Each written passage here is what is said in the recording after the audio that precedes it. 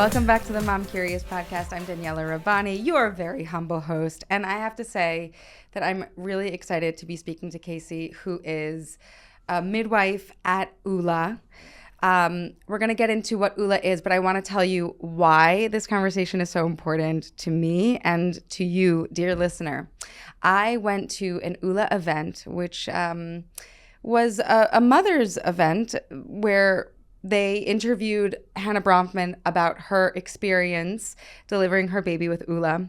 And I was so moved, and also it was fabulous. And I think those two things are key components to the Oula experience. It was high end, it was very feminine, it was community, and it was deeply moving in regards to how Hannah talked about her birthing experience. So I go the next day on a field trip with my son.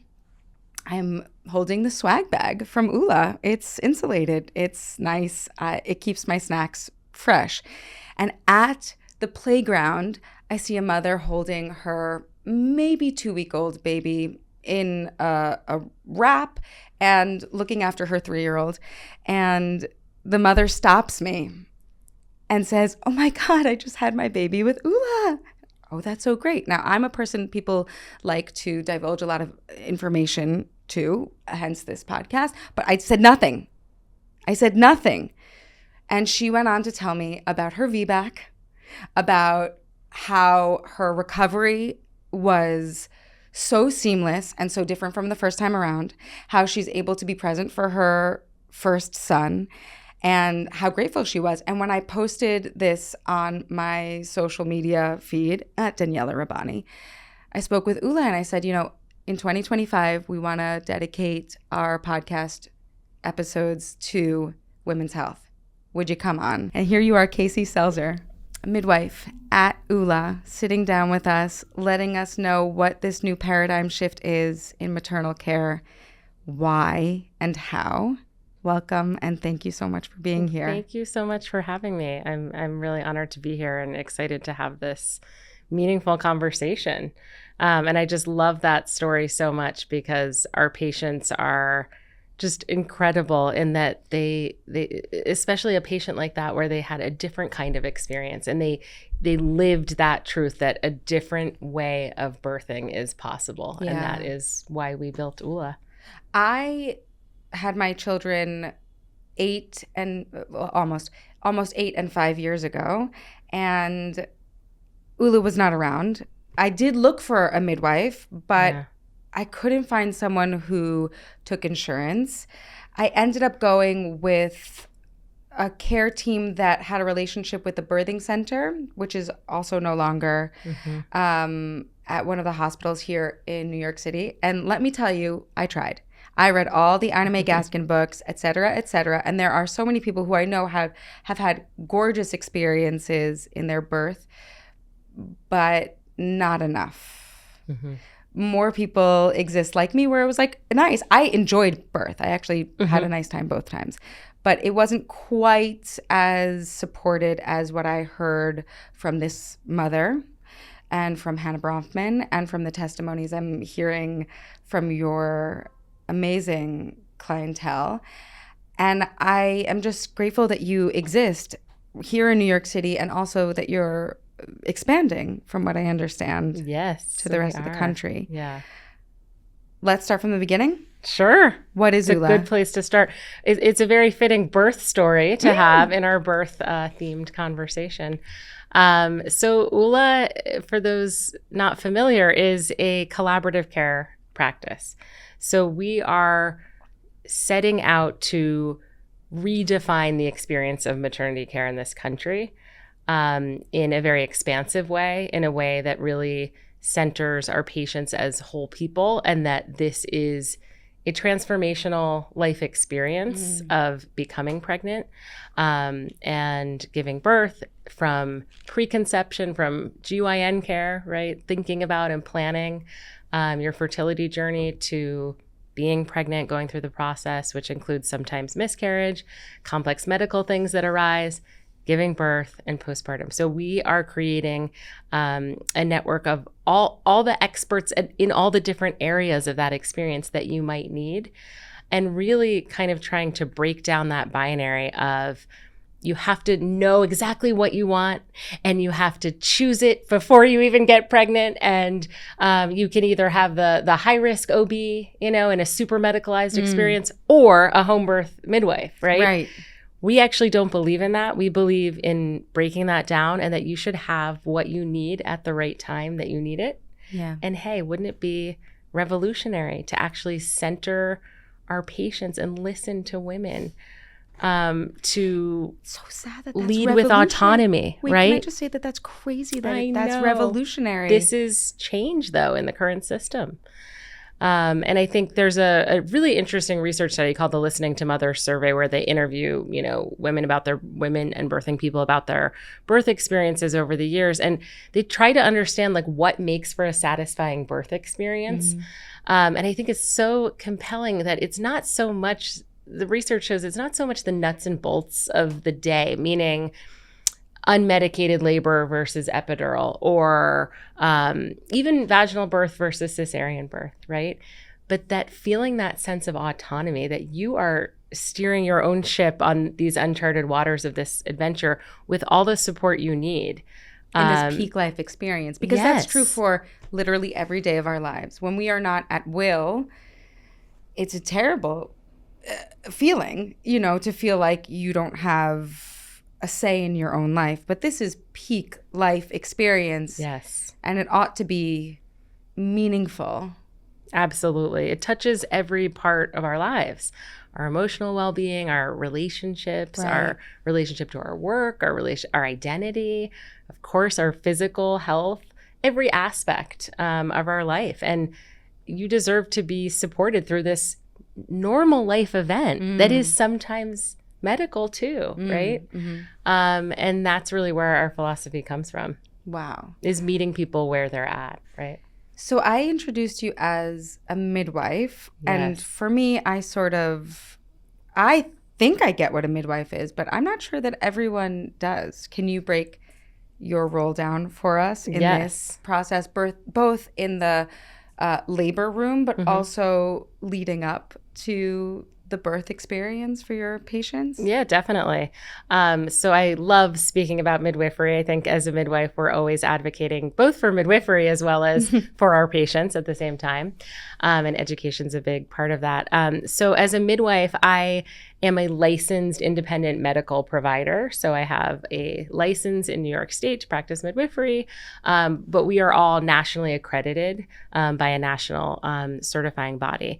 And I think people often ask, what's the difference between a midwife and a doula, right? And so that is the difference. We are the medical provider, right? Whereas doulas are that non-medical support person that provides emotional education and physical support. So we also provide that, but we are also the clinician, right? So I am a midwife. As midwives, we have the ability to provide care for people throughout their lifespan. So wow. Yes, I know. So of course, I think, the sort of the story out there is birth, right?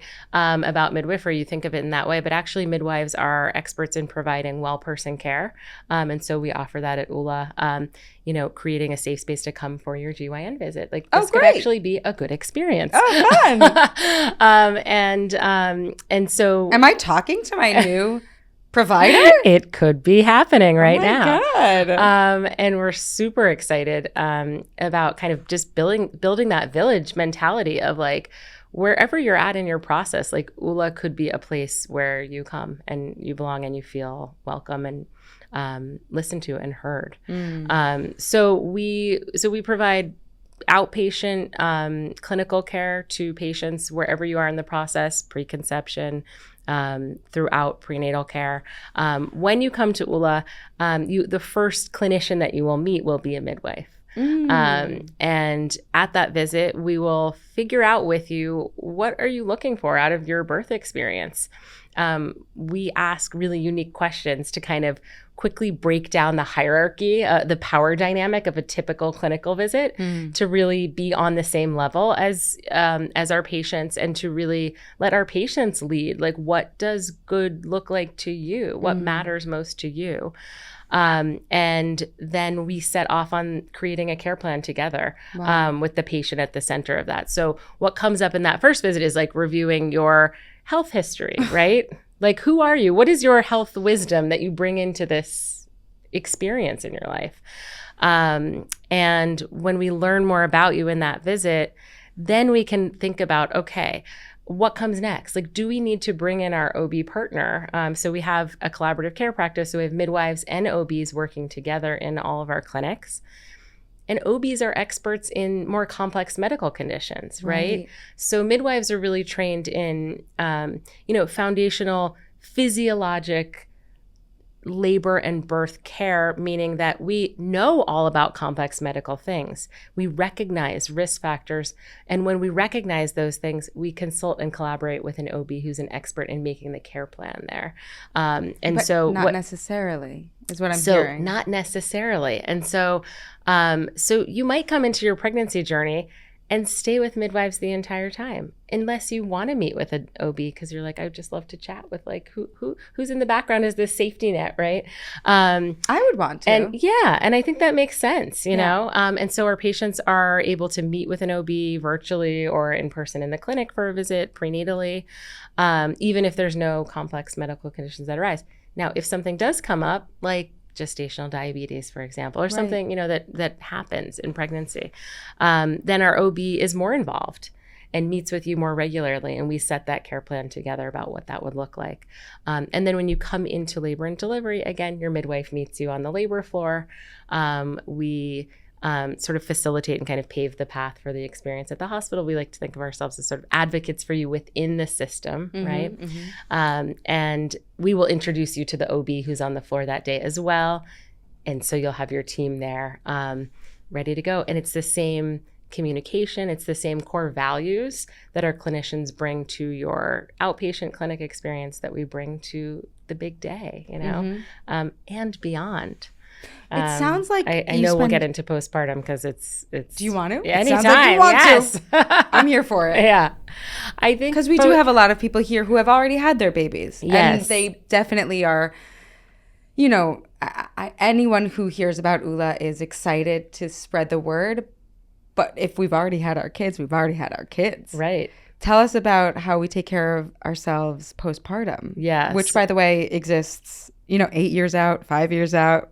Always. You're postpartum. Yes. And that is one of my classic lines. I'm like, this is the rest of your life. And I tell a lot of our patients that when we're preparing, we do a group education class right before the birth.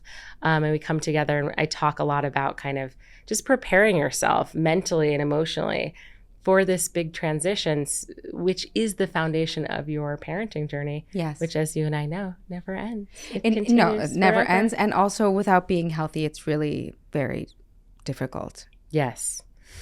So we need support. We deserve support. Yeah. So we have a philosophy of connected care. And so what that means is that, like, yes, we offer like a traditional prenatal care pathway in the sense of you have your clinical visits at certain touch points, you have your routine, just the baseline, assessments that are part of quality clinical care. But your visits are limited. Most of your life as a pregnant person, and especially in postpartum, happens outside of visits, right? And so we have an entire care team that is dedicated to that in between, right? So you can message us in our portal. Oh, wow. We have nurses and nurse practitioners who are dedicated to working with our patients. And sometimes our patients say, I got to know, the nurse practitioner as well as my OB, right? Or my midwife. And they were such an integral part of managing like the complicated things that come up in those in-between spaces. And so in postpartum, we actually reach out proactively to check in with our patients about mental health. And we have a mental health screening that we do, and to check in about well-being, symptoms. And we have a drop-in feeding space for patients to come that is free. All these things are all integrated into the care. Wow. And where it's a non-judgmental feeding space to come. Like, I'm figuring out how to feed a little human being. Very hard. Actually, when you've never done that before. Even if you have done it before, by the way, their mouths can be different. Your body can be different. it's not always straightforward. Like, the whole ethos of like it's the most natural thing in the world. I really don't actually believe that's most people's lived experience. Well, there are wet nurses for a reason. Come on. I mean, yes, there are newborns that make it seem easy, but really it's best to prepare otherwise, so that you have lots of support as you're figuring that out. And the feeding journey can look so different for everyone, but it's a new skill. I always say, give yourself grace. Like, you're learning something new at the same time your newborn is figuring this out. And so we create this space where patients can come together with a certified lactation counselor and doula to just share their experience and find resources. The fact that it's free and that it's I don't know if it's necessarily convenient, but it's a space that the mother will have known is a big deal. I remember looking for, any of these classes the first time around in particular. And the second time around, it was just like I was in a new part of town. It's tricky. And the fact that you have it built in is a big deal. It really is a big deal. I think people who come to Oula, they're looking for something different. They don't necessarily know what a midwife is or know exactly what their vision is for their birth, or they just know they want to feel heard and feel like there's a safe space to go through all these changes in community. And so it's just so rewarding seeing patients go through the whole journey and really share that feedback, that just having that sense of like being with other like-minded people in terms of values. The diversity of our patients reflects the population of New York City. So it's a very diverse patient population.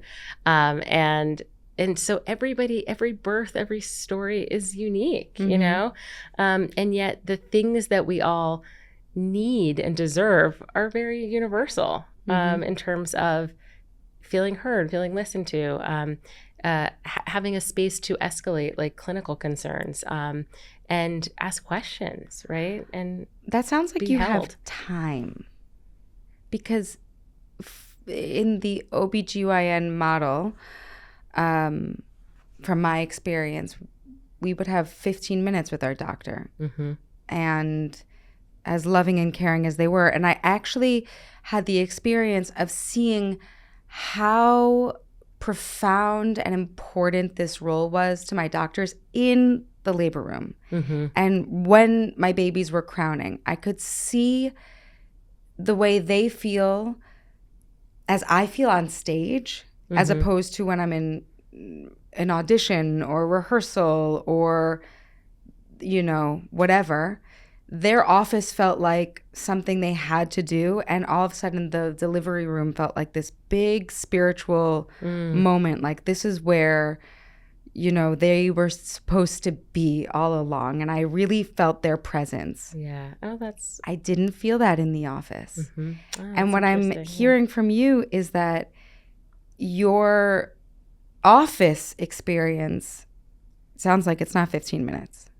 It's not 15 minutes. And it's not rushed necessarily. Right. Because I don't blame those doctors. Right. I really saw this is them. healthcare. Like, this is the reality of healthcare also. Yeah. I could see them as people and as practitioners in that delivery room. Yeah. But I couldn't see them in the office because they were rushed. Right. And it doesn't sound like you're rushed. Is that the case? I mean, that is our goal, and it's something we work on all the time. I think that some of the ways we do that is we have a philosophy of sort of anticipatory guidance in terms of education, like trying to eliminate Dr. Google, as we like to refer, as I like to refer to it, who is not our friend in pregnancy journey. It's not our friend. It's not our friend, actually period. a doctor. It's not a doctor. Did not get a medical degree. Turns out.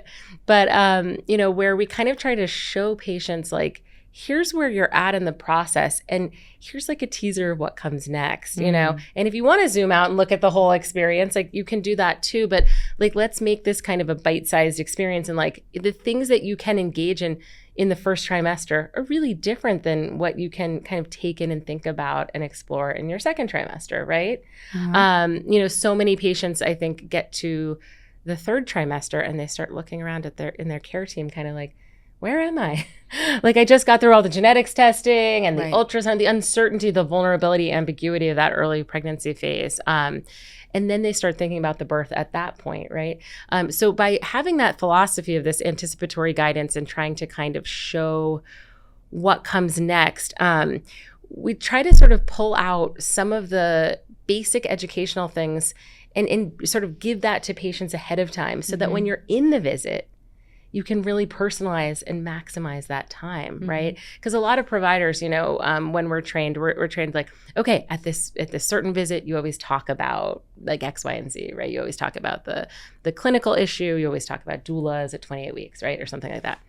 Well, we talk about that outside of the visit in different ways. We have a class for patients. We have educational content in our portal. Wow. So yes, we will talk about it in the visit if that's the thing coming up for you that you want to explore. But also you can get that education in other spaces too, so that the visit is about building that communication and trust. And I think for midwives, like for the philosophy that we have built into our care model, we really believe that, you know, we want to meet you where you're at and go through that with you, you know, in a personalized way, and that it's not cookie cutter, right? Can you tell me what that means? Like, not to give an example of an actual patient, but what do you mean by personalized? Like, we all have bodies and presumably a uterus and a fetus growing inside of it. Like, it seems like what's so different about people actually? Yeah. That you would need to personalize it. It's a great question. I think That's what I'm here for, you know what I'm saying? It's like, what? What's that? That's what I'm here for.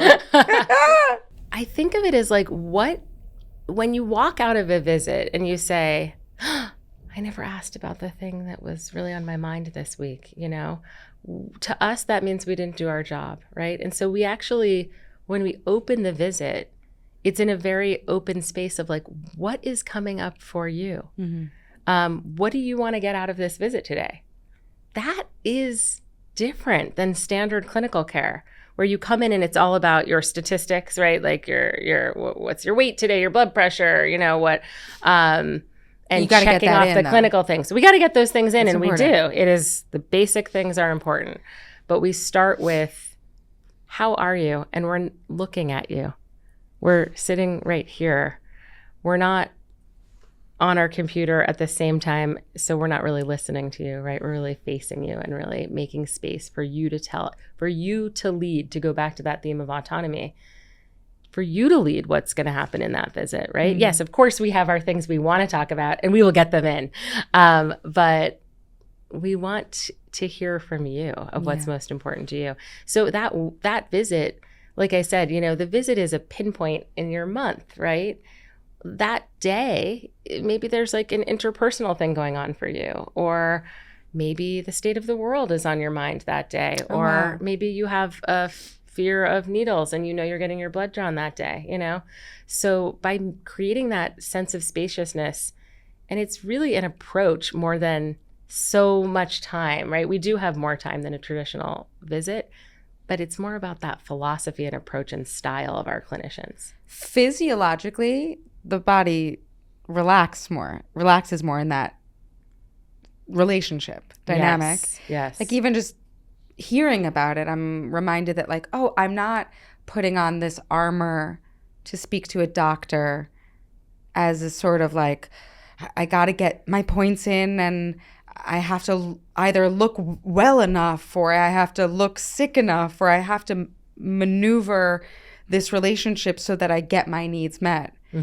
There's enough trust between you and your patients, it seems, that their literal fascia could soften. Yeah. And so much true. of the birth and, you know, the pregnancy period has to do with opening, allowing, and a lot of unknowns.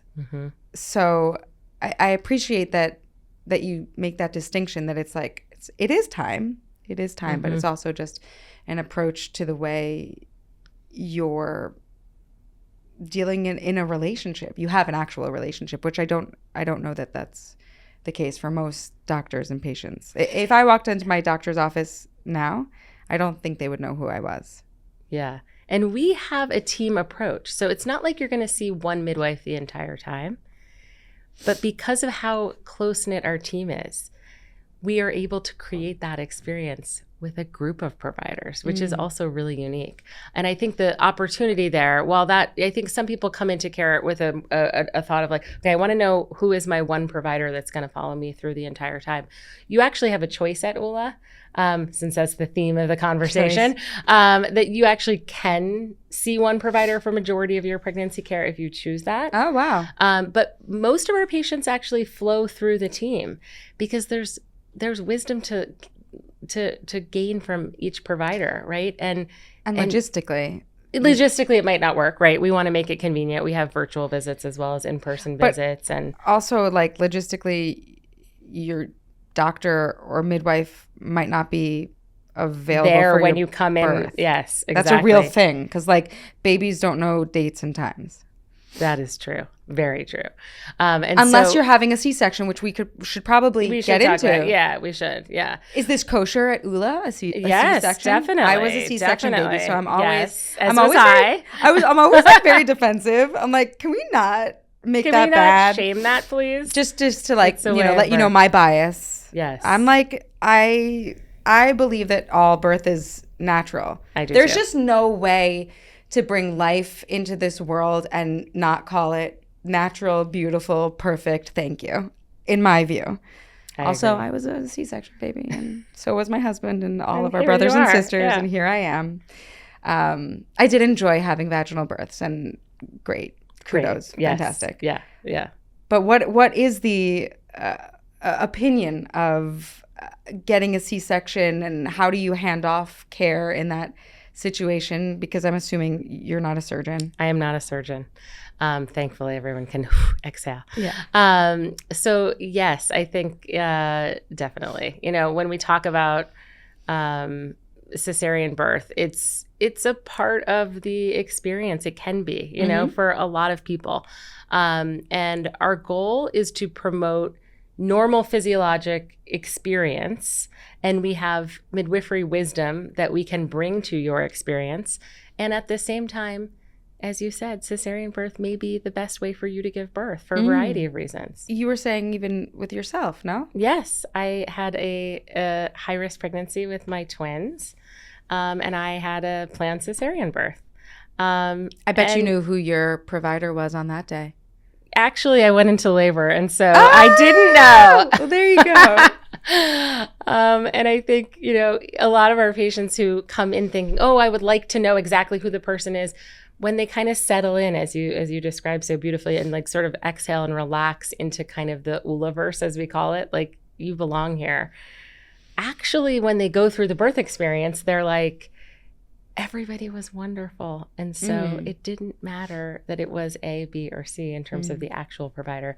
It was the experience that I had. And so, yeah, we actually really believe that cesarean birth should be valued, respected. It is necessary. It can be life-saving. Thank God for C-sections. Yes. Thank God. Yes, 100%. And I think people have a misconception of midwifery that we're anti-intervention or anti-modern medicine. Not the case. Tell me. Yes. So, majority of midwives work in hospital settings in this country. And I think the public perception is that you associate midwifery only with home birth, right? That's the stories you hear, or kind of like sort of like the message that is out there. But actually, overwhelming majority of midwives work in a hospital as part integrated as a licensed, credentialed provider as part of a hospital care team. And so that is what we've built at Oula. Our goal is to bring the midwifery philosophy and the philosophy of patient-centered care and holistic care, that this is a normal life event that should be valued, to more people. And to do that, most people give birth in the hospital. Yeah. And so to achieve that mission, we need to work with OBs. We are a team, and we want to be able to provide all the services that a patient might need or want, right? So we have patients who come through who actually choose to have a scheduled cesarean. Great. And we're able to provide that for them. And they're able to meet with the OB ahead of time and get to know them and answer questions for a planned cesarean. And you still take care of them throughout their pregnancy. And they still have midwifery as part of their experience. That's great. Which is, our patients love it because it's best of both worlds in that way. Okay, a surgeon might not be an expert in lactation support, or might not be an expert in maybe some of the holistic aspects from a different kind of training. Likely Great. not. Well, that's the person you want in the OR, right? But you would still have your midwife there to visit you and do the education and bring that philosophy and that perspective. And that calm, I'm assuming. Yeah. Cool. So cool. You did mention doulas, and I know that doulas are not on your team, but just by way of definitions and clarity, do you think you can go into what a doula is and how you work with doulas? Definitely. So doulas are non-medical support providers who give education and emotional and physical support to patients in pregnancy care, and then, hands-on throughout the labor, birth, and postpartum process as well. I think, I'm so honored that midwifery and doulas are sort of associated so closely, because if you look at it's based in history. If you look at ancient drawings of birth, you see the birthing person, a midwife, and a doula. This is not a new concept. We've been collaborating as a team, with the shared goal of patient-centered care since the beginning of humanity, right? So at Oula, our name rhymes with doula. Love it. Not a coincidence, perhaps. Is it not a coincidence? What does Oula mean? It's a little bit of a, doula, I think it comes from our original sort of view that the doula approach of being with birthing people, providing that high touch experience throughout the journey, right? Really aligned with our philosophy. But we realized in order to bring that model to more people, we needed to go to the healthcare level. And so yes, it is. The doula heart is alive at Oula. It is not part of our current offering in terms of we work with doulas in the community, but we welcome doulas in. We actually encourage all of our patients to work with a doula. Why? Because we feel that they're a critical part of that team. While we are able to be your advocate within the hospital system, that takes us out of the room sometimes, right? To make medical decisions. Out of the literal room. Out of the literal space you are laboring and birthing in, to make medical decisions, to consult, on clinical topics, to do documentation, or sometimes care for another patient. That's it's right. New York City. It's a busy place, right? We got to get these babies born. Does not leave your side. They come to your home. They stay with you. That continuity is evidence. The evidence shows us there's a higher satisfaction in your birth experience when you have a doula, and less need for medical intervention, including epidural and cesarean birth. Oh, wow. And so this ancient philosophy or approach is based in modern medicine and science now. And so we really believe that everybody who wants to have a doula as part of their care team should be able to, regardless of ability to pay. So we have a real equitable framework for how to provide community doula support for all of our patients. Wow. Yeah. That's incredible. Yeah. I did mention earlier that you take insurance. We do. Which I don't mean to harp on this, but it's a big deal, actually. It is pretty amazing. When I did my research, I did not find any midwifery care that took insurance. And I think it speaks to what you're saying, that you want to make sure that people can pay for this type of high-touch care. Mm-hmm. Can you tell me more about your community and the way that you serve people who may not be able to, afford outside of insurance? Tell me more about that. It just seems so luxe. Yes, and I was shocked, because it's the fact that you take insurance means that you care that people can pay for it. Definitely. Access is a big thing for us. And I think when we set out to build Oula, that was a non-negotiable in the model that we were building. We said if we want to bring this model to more people, that means all people, right? And so we must be in network with all major insurers, including Medicaid.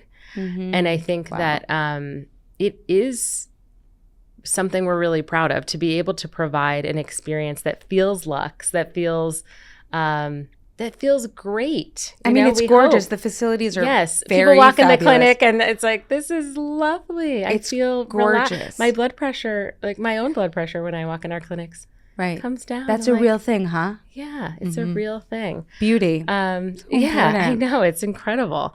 And just the way it looks, feels, and how you are received by our staff. And so, yes, we accept all major insurers, including Medicaid. And I think that is something that will never change, because it's really central to our mission of bringing this model to more people and saying this should be the standard of care. Like, this doesn't need to be something that is only luxe, only for certain people who could afford this. This should be everybody's experience, and it could be. Wow. As we grow. Yeah. Yeah. I just want to say that it's not just the, in-office care and the labor. It's also all of these amazing classes. Yeah. That's incredible. It is. That are free for? It's all free. Everything that we offer within the Oula journey is included. So we have this philosophy that with education, it should be self-guided and self-motivated and convenient and accessible.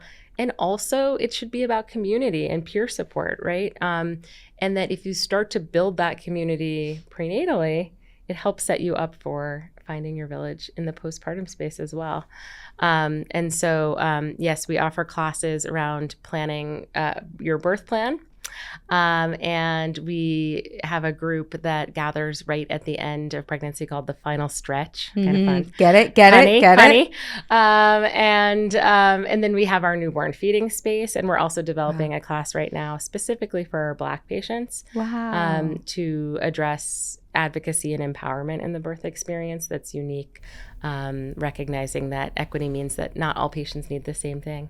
And so we're really excited to continue our work in that space. Yeah. Can we tease that out a bit? Why do Black patients need more support in advocating for themselves? Because there is a maternal mortality crisis in New York City, as well as across the country. And it is something that our Black patients are well versed on this. They know the reality. They live that experience. And they're looking for community, and they're looking for tools and strategies to navigate these complex systems of structural racism in healthcare. And we have an extremely diverse clinical team, and we have Black leadership on our team that is motivated to change that and make a difference. And I think seeing yourself reflected in your care team is so important. Yeah. And we really believe that it is critical to have the most diverse midwifery force in New York City, and we do. So yes, it's a big part of our mission of care being accessible.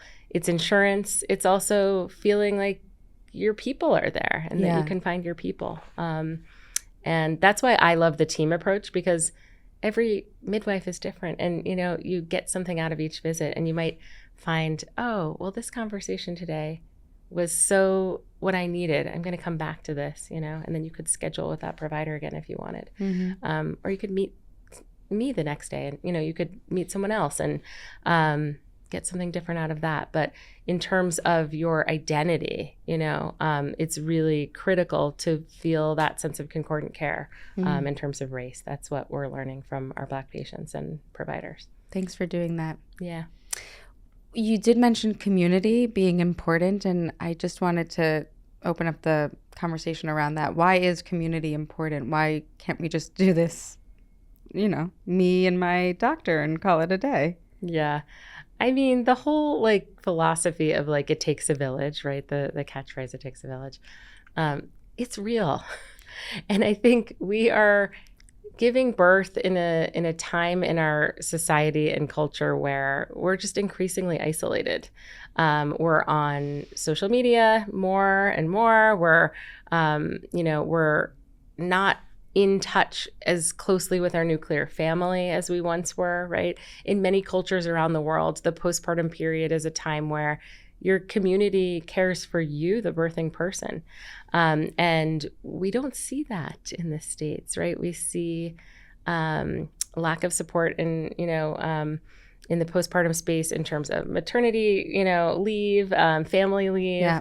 And it's sort of like, you had a baby, great, happiest day of your life, right? Don't answer otherwise. Get back to work in 2 weeks, Wow. And it's like, you need one another, because while birth is I always say it's sort of like, it's the most ordinary thing in that we're all born.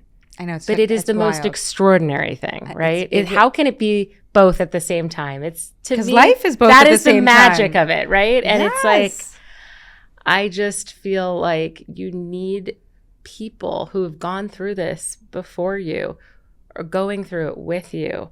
We'll go through it after you, yes. Sweet listener. And I love that when people kind of get their sort of mojo, like, in a support group, setting, somebody who has a 1-month-old becomes the expert on having a newborn suddenly, and they can say, that part got a little easier a few weeks later, and this is how we build each other up as women and birthing people, that you're not alone. And when we can, that is empowering. Yeah.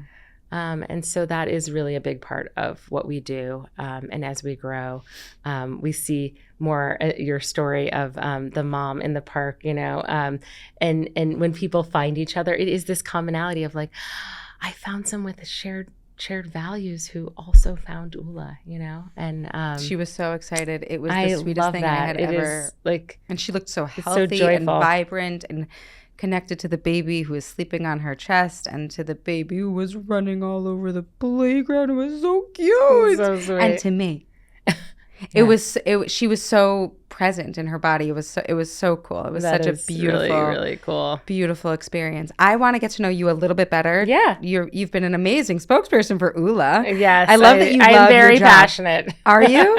You Yes. like working there? I love working. What's at your Oula. favorite thing about working at Oula? I think for me, I've been a midwife. I always joke I was born and raised as a midwife in New York City. I moved here to become a midwife. Beautiful. And I've worked. What a place to move to Oh become my a midwife. gosh. You don't want to go to like Portland? I know, maybe now that I'm old and tired, but I thought, what an interesting, diverse place to learn how to be a midwife. And I worked in public health and I worked in private practices. And what a challenge, right? Like, what a place, right, that we live. Born and raised, baby. And I thought I would just stop by, but I ended up staying. This is what my father says. He's like, it's been, I think, 50 years. And he's like, always moving back. And he never does, because New York City is addictive. Exactly. Yeah.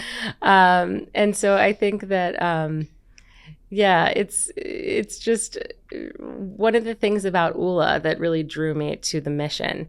Was that we're doing something different, I've seen so many different models in my career that just haven't really worked for patients or for the business model or for the clinicians, that have just kind of fallen short, right, in one area or another.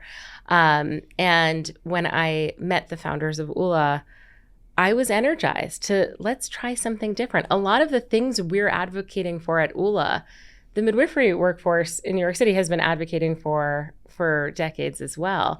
But it's in a new way of doing that, and so that is what excites me. The idea that we could have all the pieces fit together to actually bring this model to more people. So cool. I get, fired up. It is really cool, because even since I gave birth the first time, I had all these pieces. I had the doula, I had the birthing center.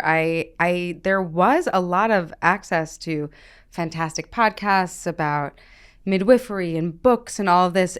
There just wasn't a centralized location for it. And, while I had a pretty good experience giving birth, it seems like you've really like put the pieces together under one very beautiful roof, you know? Yeah. And I'm happy for you. And I'm happy for anyone who gets to experience it. A centralized location where you can have holistic, loving support. Mm-hmm. I mean, what can be better than that? Come to the clinic, like walk in and make an appointment. We're doing GYN now, which we just launched GYN finally. We had been doing GYN services for our patients who had given birth with us first before we got ready to kind of roll it out to all of New York City. But it is special. It really is. And that is our whole care team, the whole experience, from start to finish is just something different. Yeah. So that's why I'm so I'm like, come, like walk in, experience it for yourself. It's close by to where I live. You can come for an annual, come for a problem visit, whatever's going on with you. Come see us, I can't wait. And let us know what you think, Have I missed anything? I didn't check my questions once. I know you did. There's just so much to talk about. I think you've hit on a lot of the important points about what we're trying to build and just who we are, our values. Healthcare is messy. Humanity is messy. The lived experience is messy, and we're trying literally messy, like literally. Like I'm known as like the messiest midwife, also, but also but. Mess. Go on. Yeah. Okay, and it never ends, right? Birth is really messy, and then you're like, oh, and now there's a child, right? Yeah, so much mess. We have to embrace that joyful chaos. That's my motto is like the joyful chaos. If it can be joyful some of the time and not, just chaotic, then you're doing great. I'm doing great. And you're doing great too. And Johan, as always, is doing great. Thank you for coming in and doing so great. Thank you for the work you do. I'm really so grateful to you and to Oula. I'm excited for my pap smear. We can't wait. That really got me. Check back in with us in 2 weeks. We will be here on the Mom Curious podcast talking about like mental health, physical health, women's health. We love you so much. Signing off. Thank you, as always, for listening to the Mom Curious podcast. My name is Daniella Rabbani.